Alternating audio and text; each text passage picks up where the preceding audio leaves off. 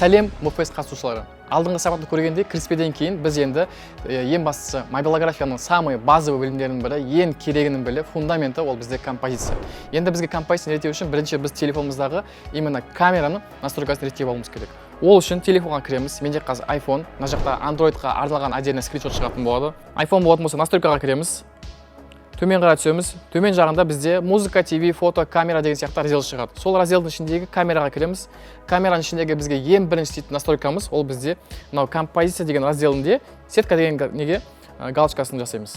Осыны қойғаннан кейін біздің камерамызда мынандай сетка пайда болады. Бұл не үшін керек екенін қазір түсіндіремін. Бірінші настройка кіреміз. Одан кейін екінші настройкамыз бізде запись видеоға кіреміз. Запись видеоның ішінде енді бұл жерде 720, 1080 бұл пиксельдердің жазулары 4 кадр кете беретін болады. Және 24 кадр, 30 кадр, 60 кадр кете беретін болады. Бұл кадрлардың саны көп болған сайын сіздің видеоңыздың файлыңыздың размері көп болатын болады. Яғни ол ауыр файл болатын болады. Сол үшін сіздерге стандартный болу үшін 1080-де 60 қылсаңыздар болады. Ол Instagram, Facebook, жаңағындай TikTok, YouTube-қа сала беруге болады. Ал егер де сіздерге прямо қатты, күшті телевизорден көретін әдемі кадр керек болатын болса, онда 4К 60 кадр, 4К 30 кадр немесе 4К 24 кадрға қойсаңыздар болады. Түсінікті ғой? Менде всегда по умолчанию 4К 24 кадрмен түсіремін. Бұл ең самый оптимальный разрешениенің бірі, сол себептен осыған ыңғайлы. Одан кейін ары қарай бізде енді композицияның өзіне керек. Яғни композиция дегеніміз ол сіздің видеоңыздағы немесе фотоңыздағы объектілердің именно кадрдағы болатын адам, машина, қала, тау, ағаш, полялар, кез келген объектілердің кадрда дұрыс орналасуы. Оны дұрыс орналасу үшін жаңа ғана біз настройкада сетканы қойдық.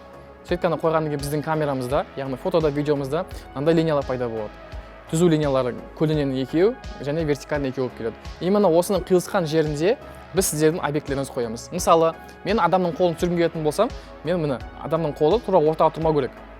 Немесе былай кетіп қалмау керек. Именно осы екі линияның қиылысқан жерінде осылай тұру керек болады.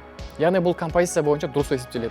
Сол үшін мысалы мен свет түсіретін болсам, мен светті ортаға емес, ал кішкене былай шетке қарай аламын. Сол кезде менің композиция бойынша тұрған объектім дұрыс тұрады.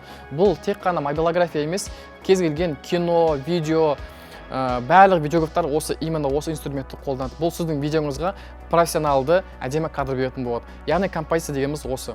Одан кейін композициядан кейінгі келетін келесі шаг, ең базовый білімдердің бірі, ол бізде кадрымыздағы болатын крупность планы деп аталады. Яғни крупность планы ол бізде үшке бөлінеді. Ең біріншісі ол общий план. Яғни общий планда сіздер кадрларыңызда кез келген объектіні именно кадрға толығымен сиятын болса, ол общий болады. Яғни сіз сол именно адам түсіретін болсаңыз, адам общылығымен түсіретін кезде, ол сіздің адамның қай локацияда тұрғанын, ол далада бола ма, ол бір вокзалда бола ма, ол поляда бола ма, немесе бір кафенің іші, ресторанның іші, немесе үлкен зданияның ішінде, яғни адамның қандай локацияда білдіру үшін біз общий план қолданамыз.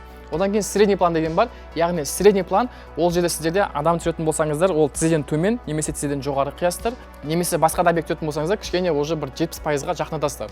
Одан кейін ең үшіншісі бар, самый көп кездесетін, ең көп кездесетін кадрлардың бірі ол бізде крупный план. Яғни крупный планда сіздер уже түсірген заттарыңызға деталь бересіздер. Мысалы, ол жерде уже адам толығымен сыймайды, оған именно адамның бір детальдары, қолдары, сақиналары, именно беттегі ерін, көздері, немесе белдіктері, аяқ киімдеріне соған детальны беру үшін бізде крупный план қолданады. Осы екі ережені ұмытпаңыздар. Яғни біріншісі бізде ол композиция, айтып кетейін тағы да үштік ереже, именно линиялардың қиылысқан жерлерінде сізден заттарыңыз тұру керек.